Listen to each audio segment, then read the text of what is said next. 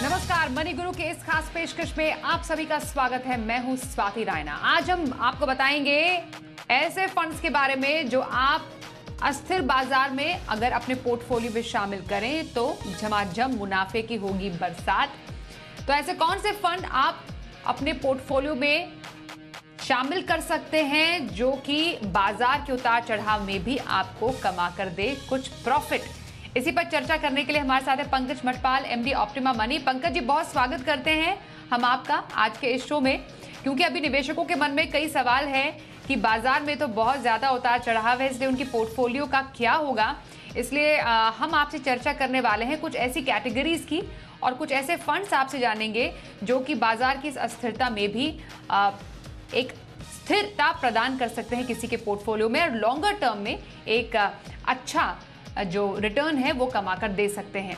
इसी कड़ी में सबसे पहली कैटेगरी कौन सी है आपकी तरफ से जो आप बाजार के इस वॉलेटाइल माहौल में दर्शकों को रेकमेंड करेंगे? Thank you Swati. देखिए, आपने कहा कि झमाझम बरसात होगी प्रॉफिट की, लेकिन क्या होता है जब मार्केट में उतार चढ़ाव होते हैं तो प्रॉफिट के साथ साथ अपना जो कैपिटल है पहले वो प्रोटेक्टेड रहे, वो भी जरूरी है। तो जितनी कम यानी कि उसमें नुकसान हो पाए पहले वो बचाना जरूरी है, और साथ ही पैसा बढ़े भी, ये भी जरूरी है। तो ऐसे में लार्ज कैप फंड मुझे काफी सही लगते हैं, क्योंकि लार्ज कैप फंड में सबसे विशेषता जो है वो ये है कि जो लार्ज कैप स्टॉक्स होते हैं उनमें थोड़ी स्टेबिलिटी रहती है कंपेयर टू मिड कैप और स्मॉल कैप। और दूसरी वजह यह है कि स्मॉल कैप जो स्टॉक्स होते हैं ये वेल रिसर्च होते हैं, तो कोई भी आपका पोर्टफोलियो हो उसमें जब लार्ज कैप स्टॉक्स होंगे तो वहां पर गिरावट की संभावना कंपैरेटिवली कम रहेगी और मुनाफा आपको बेहतर मिलने की उम्मीद रहेगी। तो ऐसे में, और क्योंकि हमने देखा है कि लॉन्ग टर्म में लार्ज कैप में इंडेक्स फंड जो होते हैं वो अच्छा परफॉर्म करते हैं, तो मेरी सलाह होगी कि आप लार्ज कैप फंड की तरफ ध्यान दें और उसमें इंडेक्स फंड में इन्वेस्ट करें। और इंडेक्स फंड में भी आपके पास बहुत सारी चॉइसेस हैं लार्ज कैप में, जैसे कि निफ्टी 50 हो, निफ्टी 100 हो, या उसके अलावा वैल्यू फंड हो निफ्टी में, और इक्वल वेट इंडेक्स निफ्टी का ये भी अवेलेबल है। तो इस तरह के फंड्स में आप निवेश कर सकते हैं। तो Aditya Birla Sun Life Nifty 50 equal weight fund ये एक अच्छा फंड रहेगा आपके लिए, वो आप कर सकते हैं। और साथ ही Nippon India Nifty 50 value fund, ये भी एक इंडेक्स फंड है, इसमें आप इन्वेस्ट करने के बारे में सोच सकते हैं।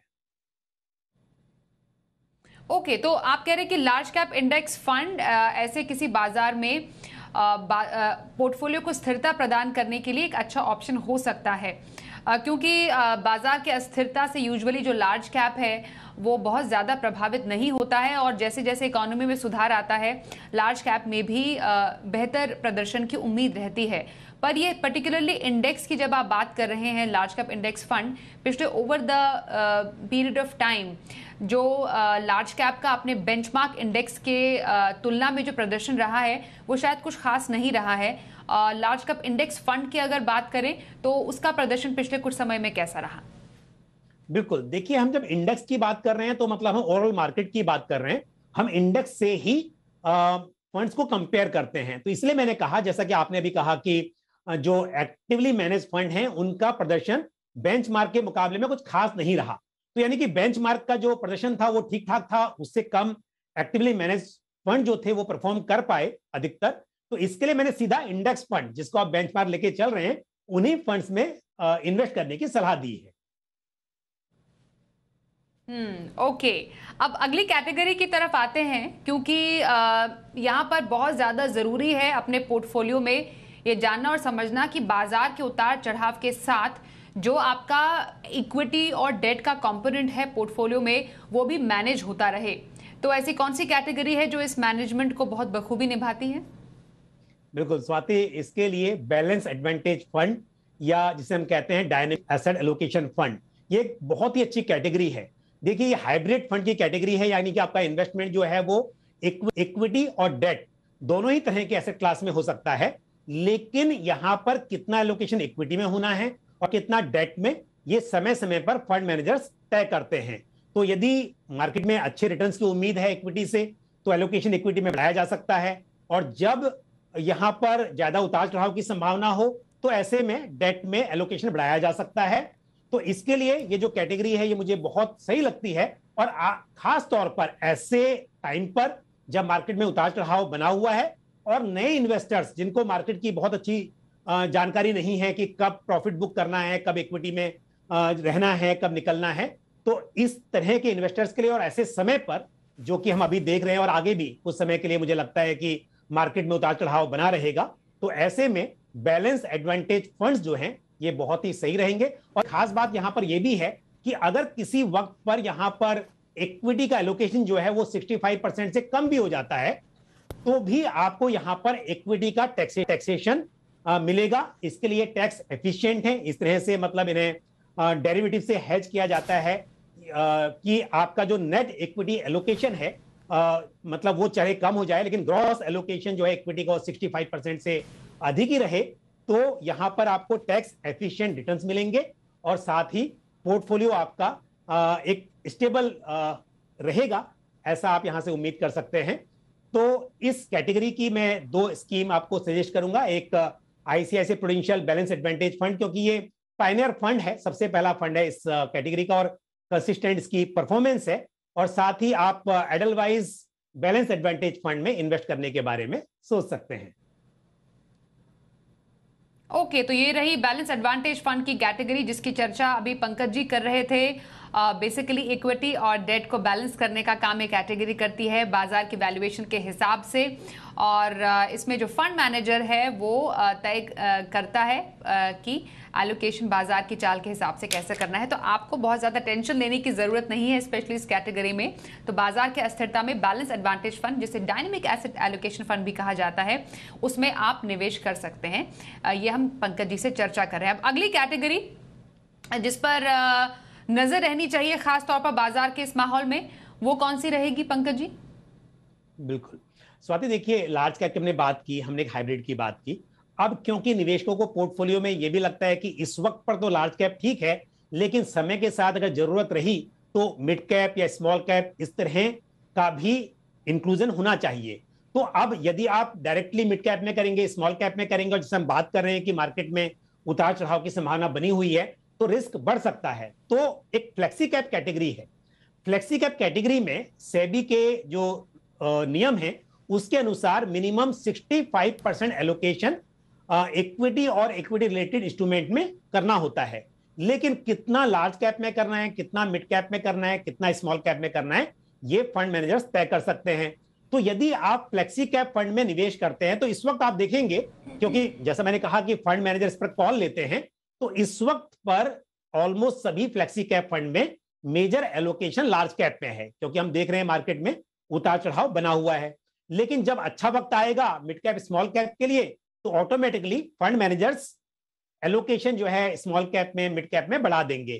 तो ये एक अच्छी कैटेगरी है जहां पर इस वक्त आप फ्लेक्सी कैप में इन्वेस्ट करें, आपको लार्ज कैप एक्सपोजर मिले, और समय के साथ जब जरूरत होगी तब आपका एक्सपोजर लार्ज कैप से कम होकर मिड कैप में फंड मैनेजर के द्वारा स्कीम में बदल दिया जाएगा। तो आपके लिए ये एक अच्छी कैटेगरी रहेगी। और स्कीम की बात करूं यहां पे, अगर मैं तो फ्लेक्सी कैप में, तो PGIM India flexi cap fund और साथ ही कैनरा रूबिको फ्लेक्सी कैप फंड, ये मेरी चॉइस के फंड रहेंगे। ओके, तो फ्लेक्सी कैप कैटेगरी फंड बाजार के उथल पुथल में एक और बेहतरीन कैटेगरी जिसमें आप निवेश कर सकते हैं, और फंड मैनेजर के लिए मार्केट कैप एक्सपोजर बदलना इसमें आसान होता है जैसा पंकज जी ने बताया, और कैटेगरी का इक्विटी में कम से कम 65% निवेश जरूरी है। अब अगली कैटेगरी की तरफ आते हैं। ये तो इक्विटी कैटेगरीज की बहुत बात हुई, बढ़ती ब्याज दरों का फायदा उठाने के लिए भी कहीं पर निवेश किया जा सकता है। बिल्कुल सही कहा आपने स्वाति। देखिए हमने देखा है कि अभी 2 बार आरबीआई ने रेट बढ़ा दिए हैं, और आगे भी ऐसी संभावना है कि आने वाले टाइम में रेट और बढ़ेंगे। तो अब क्योंकि रेट ऐसा नहीं है कि स्टेबल हो गए हैं, अभी बढ़ने वाला टाइम चल रहा है, तो ऐसे में यदि आप फ्लोटर फंड में इन्वेस्ट करें, यानी कि जिसमें फ्लोटिंग रेट इंस्ट्रूमेंट जो होते हैं, यानी कि डेट पेपर्स फ्लोटिंग रेट वाले, वहां पर इन्वेस्ट किया जाता है, तो ये कैटेगरी डेट में आपके लिए अच्छी रहेगी। अगर एक बार स्टेबल हो जाएंगे तब आप डिसाइड कर सकते हैं कि आपको किस तरह के डेट फंड्स में, यानी कि लॉन्ग टर्म के हिसाब से करना है, चाहे गिल्ड फंड की आप बात करें या PSU banking and PSU debt fund की। बट इस वक्त पर जब हम ऐसे समय पे हैं जब इंटरेस्ट रेट बढ़ रहे हैं और आगे भी बढ़ सकते हैं, तो आप फ्लोटर फंड में इन्वेस्ट कीजिए, ये एक अच्छी चॉइस रहेगी। और ये जरूर समझिए कि निवेशक को अपने पोर्टफोलियो में एसेट एलोकेशन करना चाहिए, तो ना तो पूरा पैसा डेट में, ना पूरा इक्विटी में, लेकिन जो डेट वाला कंपोनेंट है उसके लिए मैं इस फ्लोटर डेट की जो कैटेगरी है उस में इन्वेस्ट करने की सलाह दूंगा। और जहां तक फंड्स का सवाल है, तो Aditya Birla Sun life floating rate fund और साथ ही कोटक फ्लोटिंग रेट फंड्स, इनमें आप इन्वेस्टमेंट कर सकते हैं। कॉल लगा दीजिए। ओके, तो फ्लोटिंग रेट फंड बढ़ती ब्याज दरों का फायदा उठाने के लिए इस कैटेगरी को रेकमेंड कर रहे हैं पंकज मटपाल, क्योंकि फ्लोटिंग रेट फंड का ब्याज दरों से पॉजिटिव कोरिलेशन होता है। और क्योंकि अभी तो हम बढ़ती ब्याज दरों के दौर में आ ही चुके हैं, एंटर कर चुके हैं, और यही उम्मीद है, अनुमान लगाया जा रहा है कि अगली बार भी आरबीआई की तरफ से ब्याज दरों में बढ़ोतरी ही की जाएगी। तो ऐसे में फ्लोटिंग रेट फंड से आपको फायदा मिल सकता है। अब अगली कैटेगरी कौन सी हो सकती है जो कि हम अभी इस दौर में निवेश करने के लिए आप रेकमेंड करेंगे पंकज जी? स्वाति, देखिए, एक पोर्टफोलियो में सभी कुछ होना चाहिए, तो हमने डेट और इक्विटी की बात की, हम गोल्ड को भी इग्नोर नहीं कर सकते। तो यहां पर एक ऐसी कैटेगरी जहां पर आपको एक्सपोजर इक्विटी और डेट के साथ साथ गोल्ड में भी मिल सकता है, और वो है multi asset funds. So multi asset में क्या होता है कि आपका निवेश जो है, यहाँ सेबी की जो गाइडलाइन है, 10% मिनिमम तीनों एसेट क्लासेस में होना जरूरी है। बाकी फंड मैनेजर के ऊपर है कि वो जहां पर चाहें वहां बढ़ा सकते हैं। तो अक्सर देखा जाता है कि इक्विटी में थोड़ा ज्यादा होता है, फिर डेट में, और थोड़ा गोल्ड में होता है। और हम देख रहे हैं कि अभी गोल्ड में भी थोड़े क्योंकि अभी आने वाले समय में इंडिया की हम बात करें तो त्योहारों का सीजन आएगा, शादियों का सीजन आएगा, तो ऐसे में गोल्ड में भी आपको तेजी देखने को मिल सकती है। तो उस हिसाब से ये एक अच्छी कैटेगरी रहेगी जहां पर थोड़ा एक्सपोजर आपको लेना चाहिए। और जहां तक स्कीम्स का सवाल है, तो अगेन आप Nippon India asset allocator fund और ICICI Prudential multi asset fund या फिर क्वांट मल्टी एसेट फंड, इस तरह के मल्टी एसेट फंड्स में निवेश करने के बारे में सोच सकते हैं। Okay, multi asset allocation fund, 3 asset classes का समावेश इसमें होता है, जैसा पंकज जी ने बताया। इक्विटी डेट के साथ साथ गोल्ड में भी एक्सपोजर का भी क्योंकि अच्छा मौका है, तो मल्टी एसेट एलोकेटर फंड से इसमें भी आप फायदा ले सकते हैं। चलिए कुछ कॉलर से भी बात करते हैं, चर्चा आगे भी जारी रखेंगे। हमारे साथ अरुण अवस्थी साहब है रायपुर से, पहले कॉलर। अरुण जी, बहुत स्वागत हम करते हैं आपका अपने शो में। सबसे पहले आप अभी अभी रिटायर हुए हैं और आई एम श्योर अपनी रिटायर्ड लाइफ आप एंजॉय भी कर रहे हो।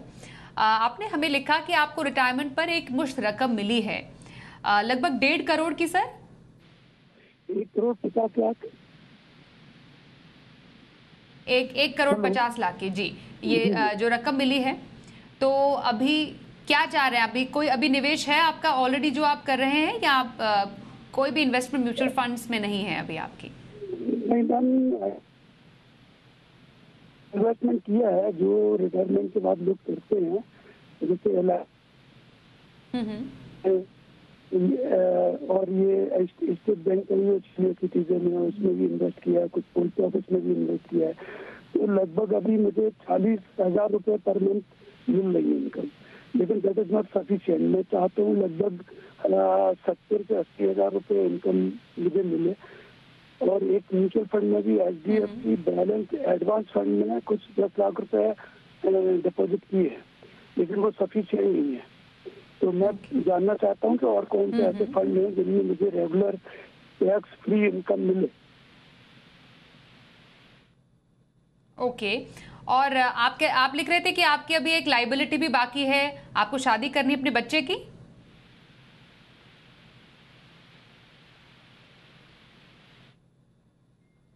अरुण जी, अभी एक छोटे वाले बेटे की शादी करनी है। और उसके लिए आपको लगभग आपने कहा कि अराउंड 15 लाख रुपीस आप टारगेट कर रहे हैं कि उतने खर्च होंगे।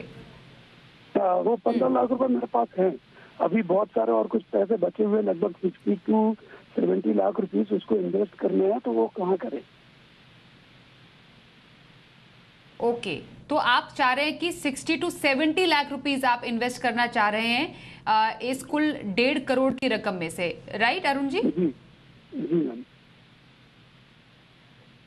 ओके, पंकज जी क्लियर है सब इनका सवाल, क्योंकि 60 to 70 लाख रुपीस ये चाह रहे हैं कि उतना इनको इन्वेस्ट करना है और रेगुलर इनकम चाहिए। कुछ और क्लैरिटी आप लेना चाहेंगे?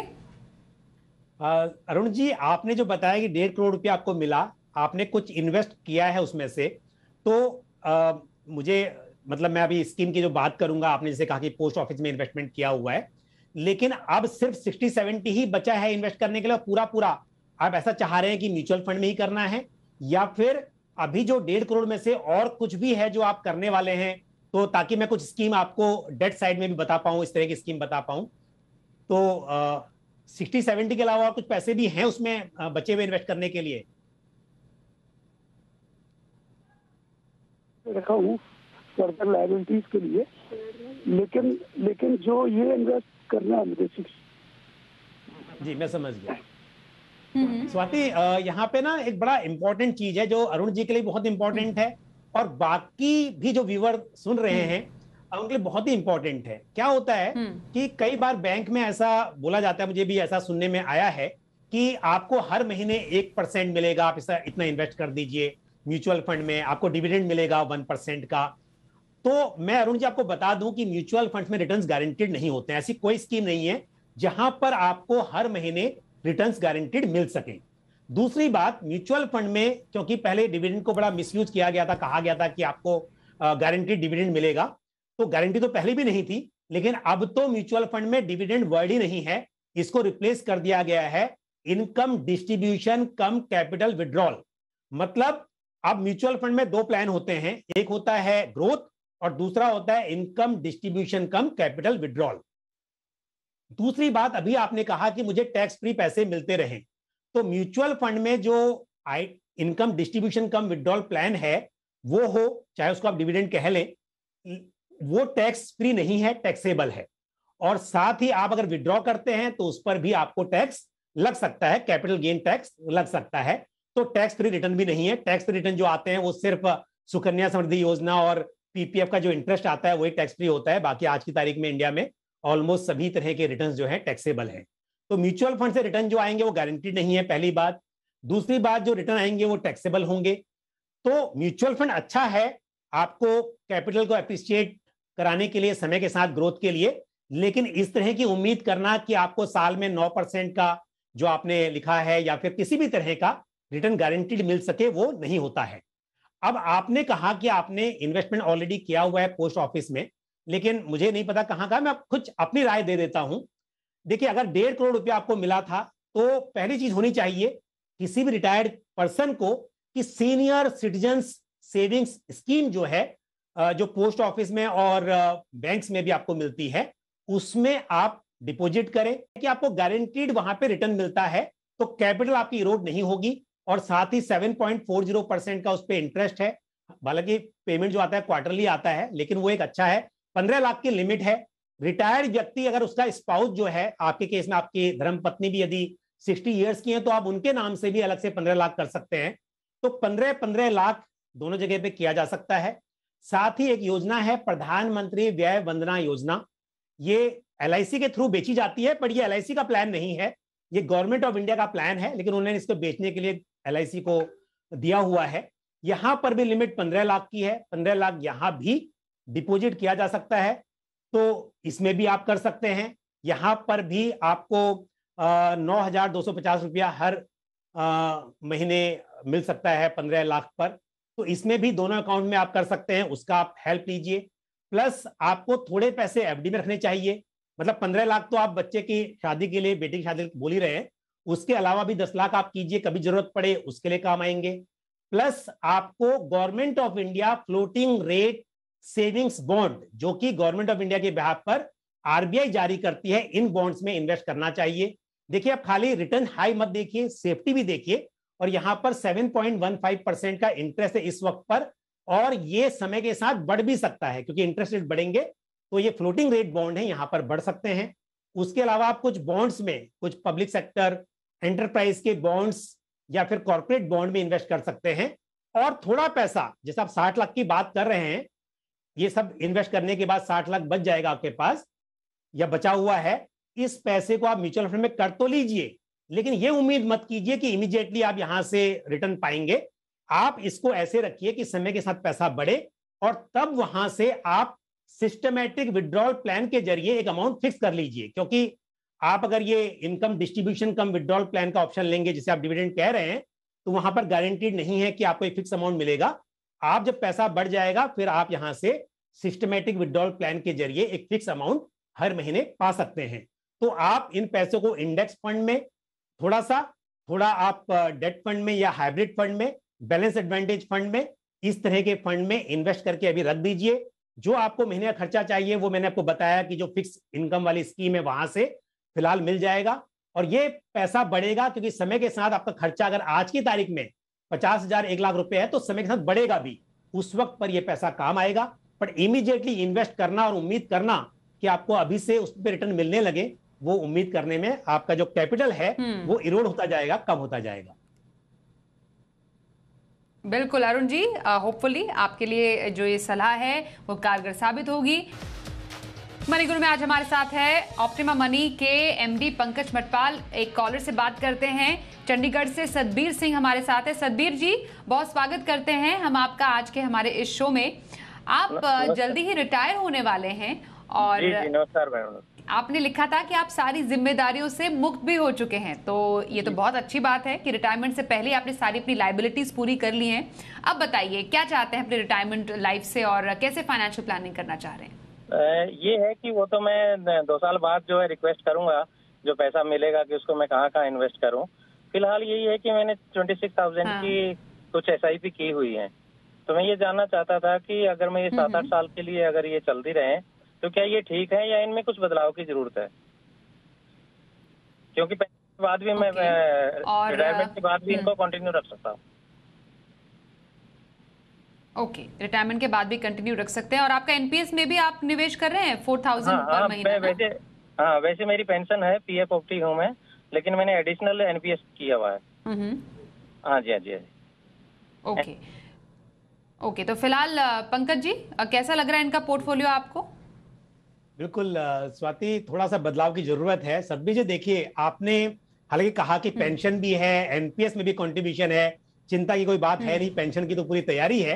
लेकिन फिर भी जब हम म्यूचुअल फंड में इन्वेस्ट करते हैं तो एज के हिसाब से ये तो देखते ही हैं कि उसमें उतार चढ़ाव कितना रहेगा, जोखिम कितना है। तो स्मॉल कैप में एक्सपोजर आपको कम करना चाहिए अब, क्योंकि रिटायरमेंट के नजदीक आप पहुंच रहे हैं। और दूसरी बात, को बहुत ज्यादा ग्रोथ की ऐसी जरूरत भी नहीं है, पैसा सेफ भी रहे और थोड़ा बढ़े, वो आपका ऑब्जेक्टिव होना चाहिए।